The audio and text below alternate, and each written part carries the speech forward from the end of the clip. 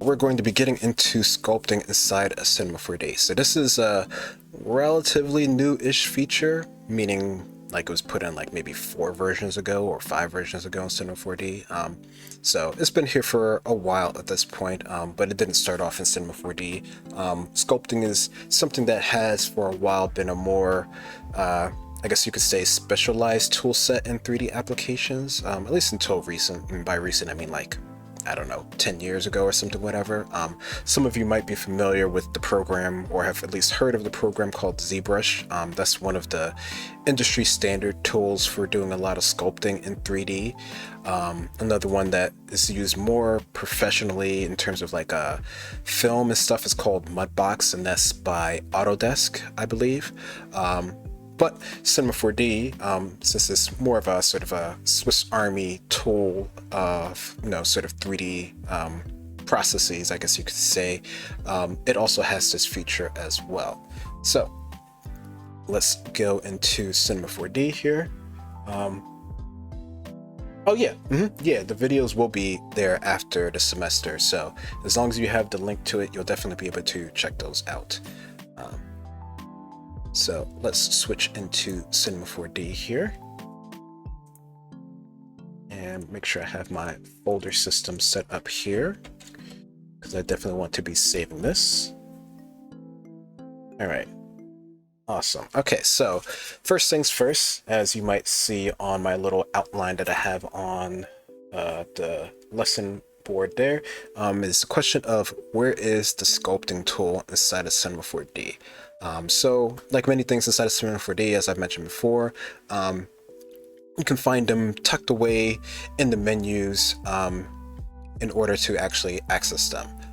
But there's usually an easier way to at least access them on the top of surface of the interface here. So the first thing that we're going to do here is we're going to switch our layout into the sculpting layout inside of Cinema 4D. So as before, we've switched our layout into modeling, and we've also switched it into animation. There's also one for sculpting as well. So at the top right here, I'm sure many of you are familiar with this. This is a layout switcher that we can use for switching our layout. Like I said, we've been using animate for animation. We've been using modeling. You can add your own in here. But if we come down here, scroll down, we can see that there's one, and these are in alphabetical, called Sculpt. And this is the layout that you can at least start your sculpting in for Cinema 4D. You can, of course, do this in other layouts, but this at least gets you the right tools up in your scene to begin with. So clicking this here, you'll see that your whole layout should switch to sculpting.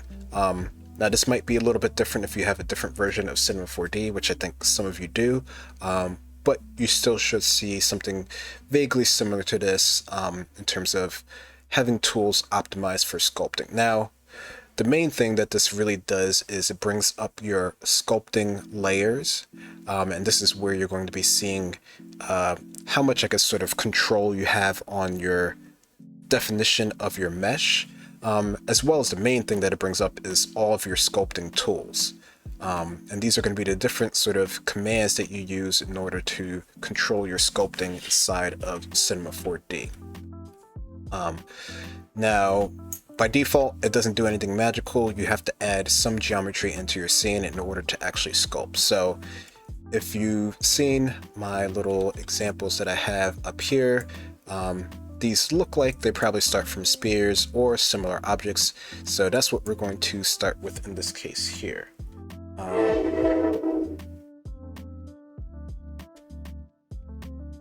So I'm going to come up to the top and I'm going to add a sphere in my scene. So nothing fancy. I'm sure many of you are used to seeing spheres inside of Cinema 4D at this point. And by default, you'll notice that none of these tools actually become available for control. And that's because we have to do a couple things first. So the first thing that we need to do is we need to make whatever our object is, if it's not already editable.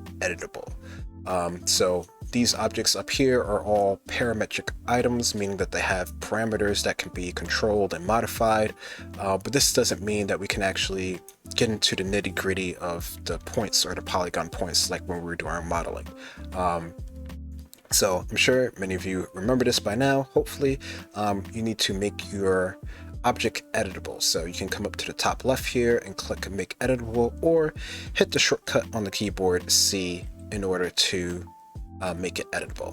So now you'll see that now a lot of these tools over here are all now more in focus and highlightable, so and selectable. Not all of them, because some of these require specific tools to be active in order for them to be used. But you can see that now some of them are, where before none of them were at all. So now the first thing that we need to do here is we need to actually give our geometry here some detail so that we can sculpt into it. You can't sculpt from nothing. That's not true. You can sculpt on it, but you wouldn't have a lot of definition on it. So the first thing I'm going to do, even before I hit the first icon at the top of the list here, is I'm going to change my scene so that I can actually see the lines of geometry on my sphere.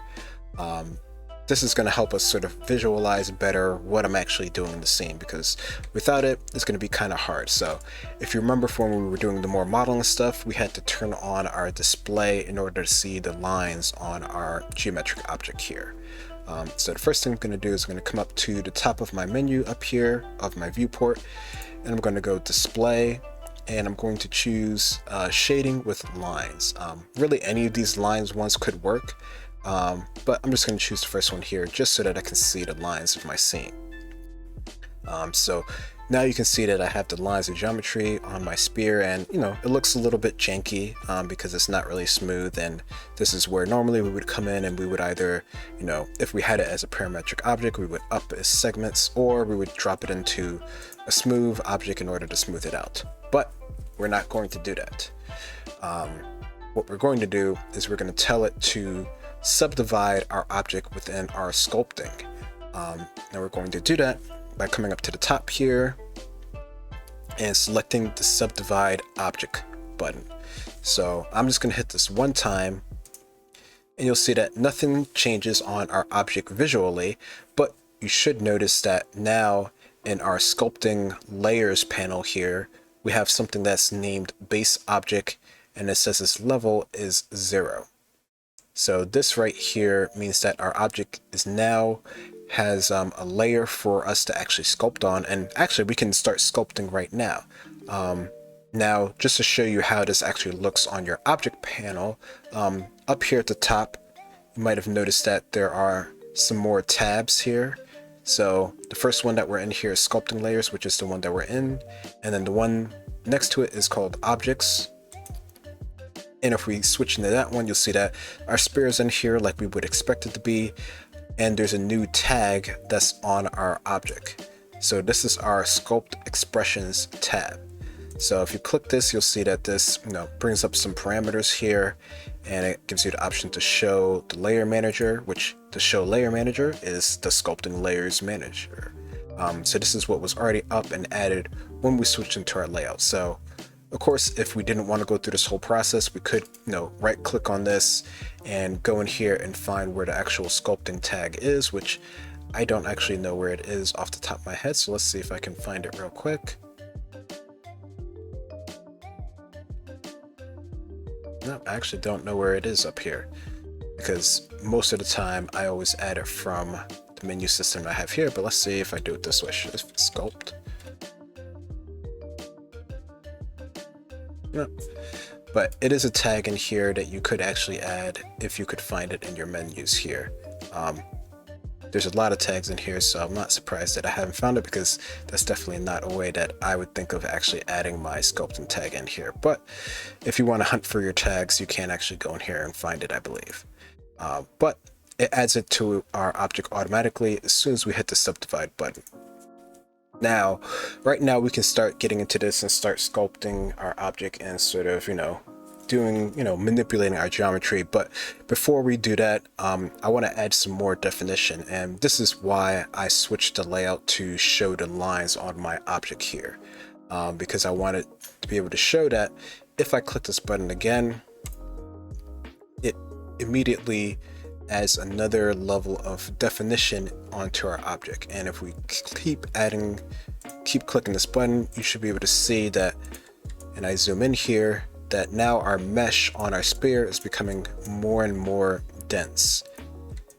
And we can actually pull this slider at the top and sort of control how much definition we actually see in our scene. And keep in mind that every level of definition we add here does increase the amount of memory that our machine has to use in order to keep track of things. So you notice that right up here at the top, we have an item called memory, and this shows you how much memory our system is using for this process here, as well as the polygon count. So right now at level 5, I have 122,880 polygons, which might not seem like a lot, but depending on what you're trying to do, that can definitely start to hamper your machine. So when you're doing this, keep in mind that, and save often, because stuff might happen.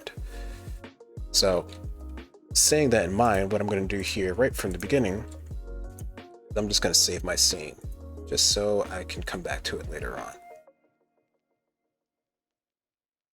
Yeah, it definitely is.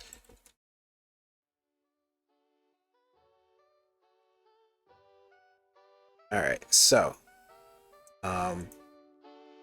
now that we have this up here, so now that we have some definition in our object here, and I might even pull this down to maybe level 3 just so we can see how this goes. Now we can start working with the tools that we have here in order to manipulate our sphere and our scene. So I'm just going to sort of run through some of these tools here and sort of the base way that they sort of work, and then I'm actually going to give everyone the chance to sort of play around with this and see what they can do, just so that they have an idea of what goes around sort of using these tools, because a lot of this is sort of like exploring and understanding it, but I do want you to sort of get an idea of how this works. So the first one that we have here is called the draw tool. So if you select this tool, you'll notice that our attributes menu change, and we have a bunch of different settings here that we can manipulate. So most of these settings that are over here, and I'm going to make this window a little bit higher, and I'll even zoom into it just so that you can see. So most of these tools that we have over here will be pretty synonymous or just sort of similar in many of these other different options that we have here. So once you sort of learn sort of the idea of these, you'll sort of be able to understand how they work overall with all of these. It's really just sort of the different techniques that these do that sort of are affected by these settings that you have here. But we're just going to take our first one here, and I'm on my mouse here. I'm going to left click and draw on the surface of my object here and see what happens. So I'm going around in a circle here. Nothing really fancy, and you can see that maybe there's a little bit of an indent happening here, and if we look from the side view, we can see that there is some geometry that's being sort of drawn on top of our surface here. Now you notice that this is pretty weak right now, and that's because we haven't really adjusted anything in our settings. Now there are shortcuts to do this, but since we have our menu system up here, I'm going to show you it over here. So the first one we have here is our size, which if we drag this to the right, oh yeah, mountains. Yeah, you definitely could make mountains with this. You'll see that this actually increases the size of our sort of brush area here. And I'll go back to the default that I had here, which I believe is 30. And then down here, I have pressure. And if I increase this to say 100, you'll see that now I have more of an effect on top of the surface of our object. So you might be able to start to sort of get an idea of how, maybe we might want to create two sort of ridges here, and maybe these might be sort of the eye sockets that we create. Or maybe we even want to create sort of a smile at the bottom here. So you can sort of see that this is how we might sort of start to literally draw on our geometry and start to sort of sculpt it in different ways. Now right now I have the pressure at 100, but there's nothing to say that maybe instead of 100, I want to sort of maybe go in the inverse direction. Now, if I try to go 0 or below 0, you'll see that it doesn't actually work. But if I leave this at 100, I can actually do some things with this that actually might sort of inverse it. Do you know, that's actually really good. You can actually do scars and other sort of designs on top of your geometry. Or you can make a smile. Yeah, so you could make your own sort of Joker face on this as well. So that's a good point here. So thinking of stuff like that is actually something that you can do with this. So if you want to make sort of the clown emoji face, that is something that you might want to sort of check out here. But going into what we have here, so right now I have it at 100 here, and you can go actually above 100, and there are a whole bunch of settings here, but let's say I wanted to go 500 for example. I can go to 500 and you can see that it increases an even sort of stronger value here. Now what I want to do here is show you some shortcuts. So as I was saying before, right now this is only going in sort of the positive direction, so it's only going sort of in the outward direction. But let's say I'm undoing here, so if you see this go back to normal, that's just because I'm hitting Control Z a whole bunch of times. Let's say I wanted to indent inside of my object. So if I wanted to indent on a PC, this is the Control key. So I believe this would be maybe the Alt key on a Mac. For people who are on a Mac and you do try this, please inform me of the actual command. But on PC, if you hold Control, you can actually do the opposite. Instead of growing on top of the geometry, you can actually cut into your geometry. And depending on the pressure value that you have here, which could also be thought of as the strength, option, thank you. You can actually go inside of your geometry as well. So if I were to maybe crank this number up to say 5,000, Control on Mac, okay, gotcha. I can actually make an indent inside of my geometry here. And you'll see that this is the reason why you might want to have more detail, because you can see here that this is sort of getting a bit sort of janky inside of our surface here. Now, before we go too far, there is a way to smooth your surface. So you might have noticed that on the right side here, there is an option that says smooth, and you can select that and draw over your surface, and that will smooth your faces, but without actually having the need to leave the draw tool, leaving the draw tool, you can actually hold Shift on a PC and it'll actually by default sort of do a smoothing process on top of your geometry, and it'll try to smooth out your surface as much as you can. It might not always be perfect and you might need to sort of undo and redo some things, but holding Shift will actually smooth out what you just drawed, and you can actually take it almost back to your original state. Now this isn't a perfect spear here, so you're going to need to sort of work with this again to get it to be perfectly smooth if that's what you're going for. But if I draw some surface here, and this time I'm going on the outside, maybe I'll draw sort of an S shape here. If I want to sort of smooth out these edges, I can hold Shift and left click and sort of smooth out the sort of transition that I just sort of created. And this is where it might actually help to have more definition in our geometry. So for me, before I created some subdivisions, but if you didn't create subdivisions, you can also just click the button and increase your subdivisions. So now when I draw on my surface here,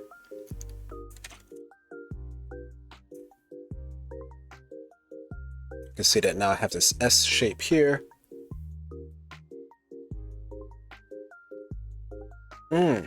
Yeah, that's a good point there. Yeah, so this is definitely something that is used in many other systems in order to create geometry, and there are many different ways of doing this. This is just sort of one of the more interactive ways. But yeah, so you can see here that we have, sort of indentation here, and it actually looks a lot smoother by default, and I can still use the shift key to sort of blend my edges here and make it almost sort of seamless. So, you can imagine you can create pretty sort of unique shapes that almost look like they're more sort of organic here. And so far we haven't actually, directly touched any sort of, polygon points directly. So for those of you who weren't quite so keen on moving points of geometry, you might have more fun sort of, sculpting your objects and moving them in 3D space. I'll also make a note that if you do happen to have a tablet, such as like a Wacom, which is something that I have, or if you have sort of a touch-enabled sort of screen device, this might be something that might be really fun to sort of do in sort of that sort of fashion. I find it a lot easier to work with my Wacom pen in terms of sculpting and 3D in general for the most part, than using the mouse, but everyone's sort of different, so just keep that sort of in mind, that some other tools might aid or assist in your sort of sculpting techniques.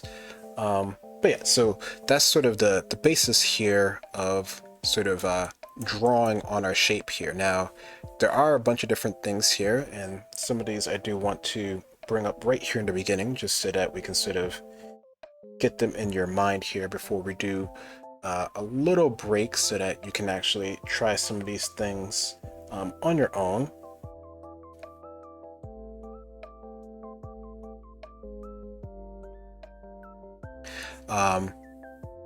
But what we're going to do now is I want to show you how to sort of, I guess, sort of save your workload, at least a little bit, in terms of when you're creating sort of your emoji face. So depending on the emoji face that you picked, of course, you might, sort of notice that there are some similarities from the left to the right. So much as when we were creating our characters, we used a symmetry object tool in order to mirror to the left to the right.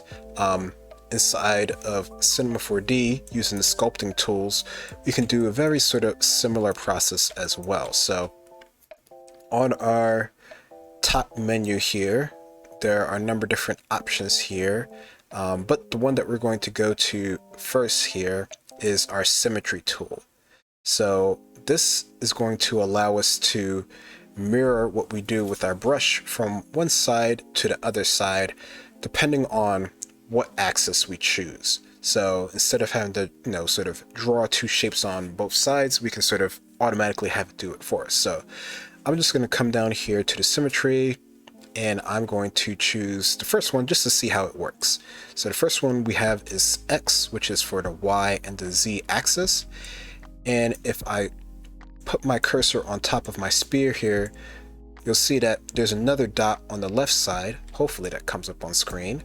And that's sort of indicating to us where our object's going to be manipulated on the other axis of our object. So this is where it becomes important that our object is, pretty similar in the center of our scene, or that we have changed what the actual axis of our scene or our symmetry tool is working off of. So right now it's working off of our local axis, which would be the object that we have.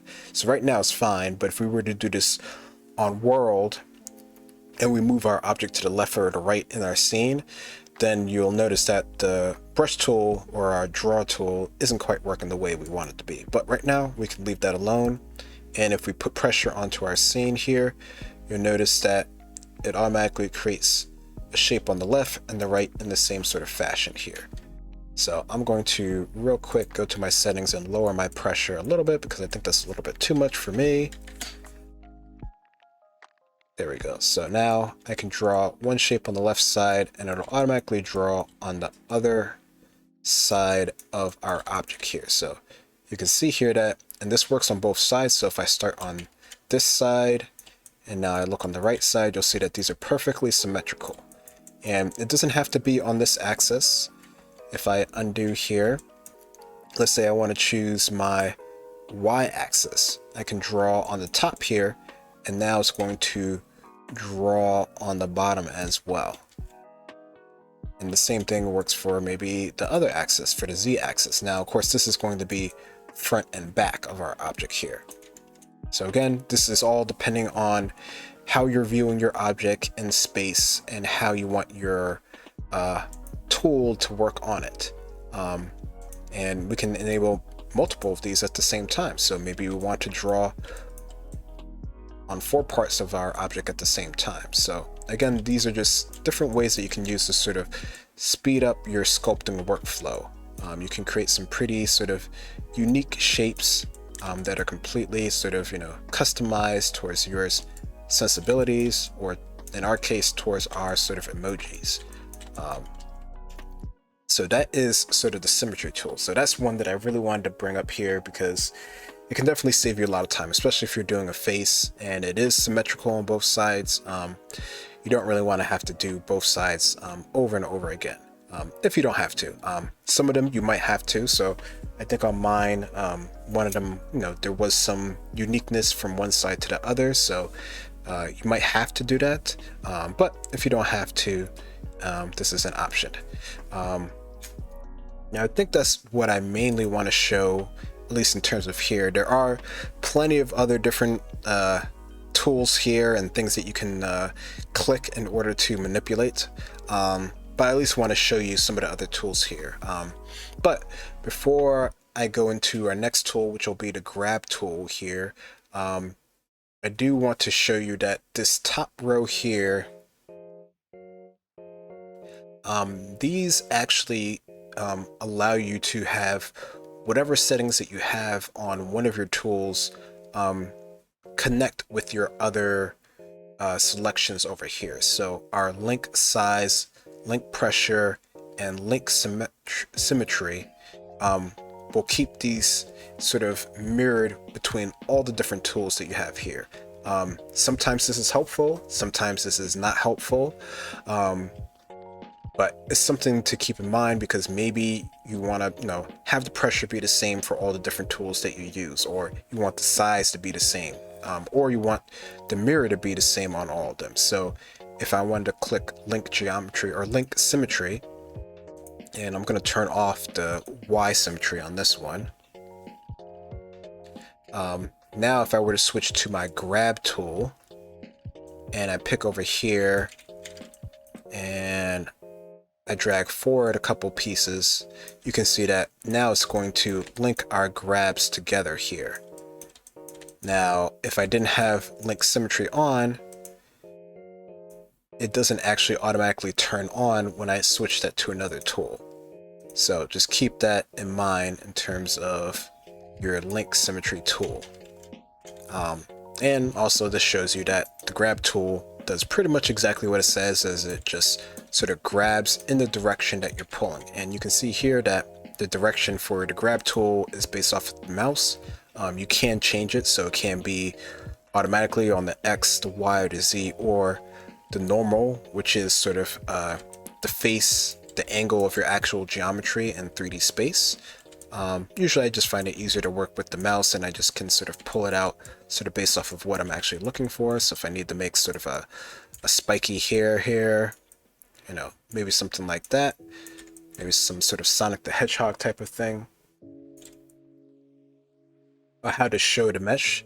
So if you're trying to show the mesh in terms of the geometry, make sure you go to display shading lines, and that'll show you the sort of detailing that you have for your mesh.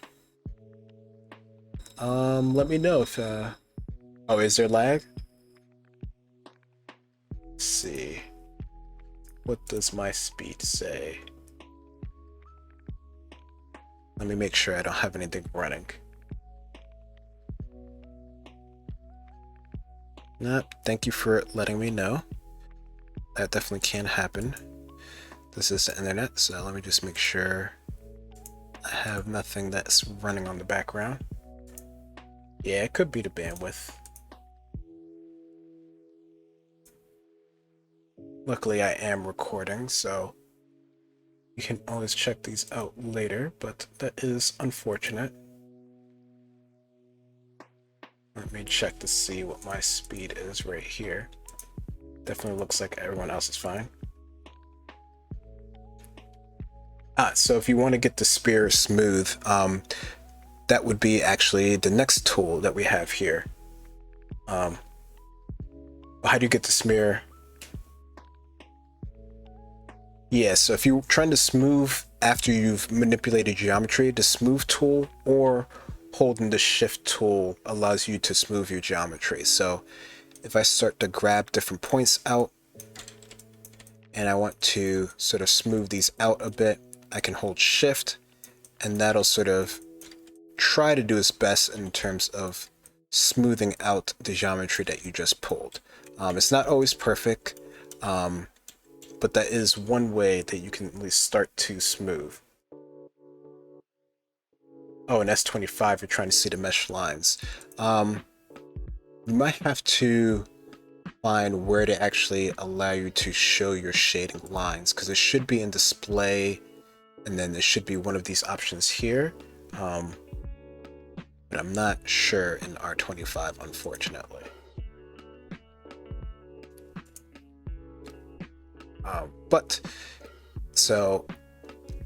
And then yeah, so like I was saying, from the grab, the smooth, this is sort of the dedicated tool for smoothing. So again, this is also accessible by holding shift on any object that you have selected. But if you don't want to use shift and you want to go into smoothing directly and control it on its own, maybe you want it to have its own sort of size compared to what the default is, you can go in here and you can sort of modify your smooth tool, maybe lessen the pressure a little bit so that it's not sort of as strong as it is by default. Sort of, manipulate it on its own sort of scale here. So that's sort of your smooth tool here. So the next one here, and we're not going to go through all these because I do want you to more so just try these. Actually, I think the next one, I'm going to skip wax because wax is sort of like your draw tool here. I'm going to go to knife tool just so that you can see how this works in the scene. So the knife tool is also very similar. It allows you to cut into your geometry. I find that using the knife tool, it's usually better to have a lot more pressure in order to actually see the cut that you're actually doing. And sometimes it's actually better to sort of make your size a little bit less. And this is also where it comes in handy to have more definition in your geometry in order to actually get sort of the specific cut that you want. So again, this is cutting on both sides here because I have that selected. So right there, I sort of made my own sort of crevice. So again, you could pretty much create your own sort of landscape using this. So there is a landscape tool inside of Cinema 4D, but this is just another way that you could maybe more organically create your own landscape or create any sort of object that you want. Kind of lagging. Let me see.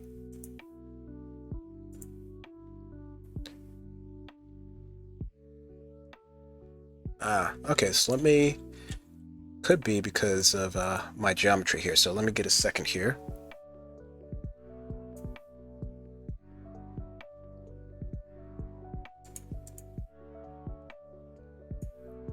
Let me try this for a second.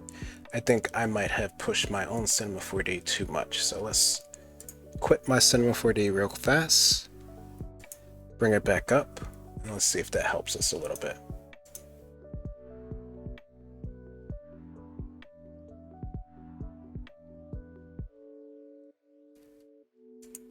And this is why I always say that it's good to save your project, because you never know when you might go down or force yourself to go down.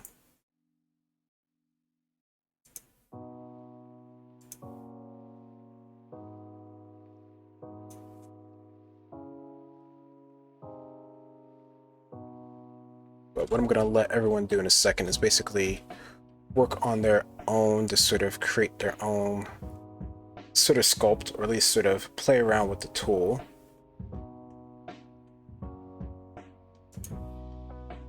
And maybe my internet might settle down a little bit.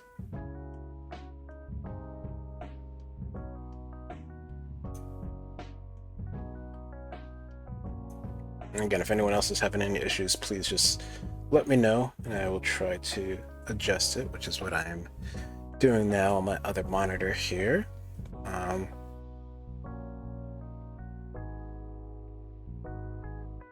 right, it looks like it might have settled a little bit. We'll see how it goes. Let me just switch my layout back to sculpting here. Okay, so the last tool that we were talking about was the knife tool. So I'll just say here, before I give everyone a chance to work on their own for a little bit, is that most of these tools also work very sort of similar. So pinch tool also has the same sort of settings in terms of pinching geometry together. Flatten also is very similar to smooth, just that this works more on sort of a flatten sort of method. I guess the only other thing that I want to share before I give everyone a chance to sort of work on their own for a little bit in terms of just playing around with the sculpting tool is just sort of a couple shortcuts. So far we've just been using our menu system over here, the size and the pressure. But on the mouse, if you are using a mouse, if you hold the control key on a PC and use the middle mouse button, if you have a 3-button mouse, so this is very dependent on having a 3-button mouse in this case, you can drag to the left in order to adjust the size very quickly, and you can middle mouse click while holding the control key and go up and down in order to adjust the pressure. So you should be able to see that on my screen there's a little menu, and I can probably zoom in on this, that goes up to show that I'm increasing my pressure, and goes left and right to show that I'm adjusting my size. So if you don't want to all the time come over here and mess with your dials, you can use this sort of shortcut in order to very quickly sort of, adjust your size down, increase your pressure up a little bit, and start to make the shapes that you want to create on the top of your geometry. So that's the last little bit here that I want to show.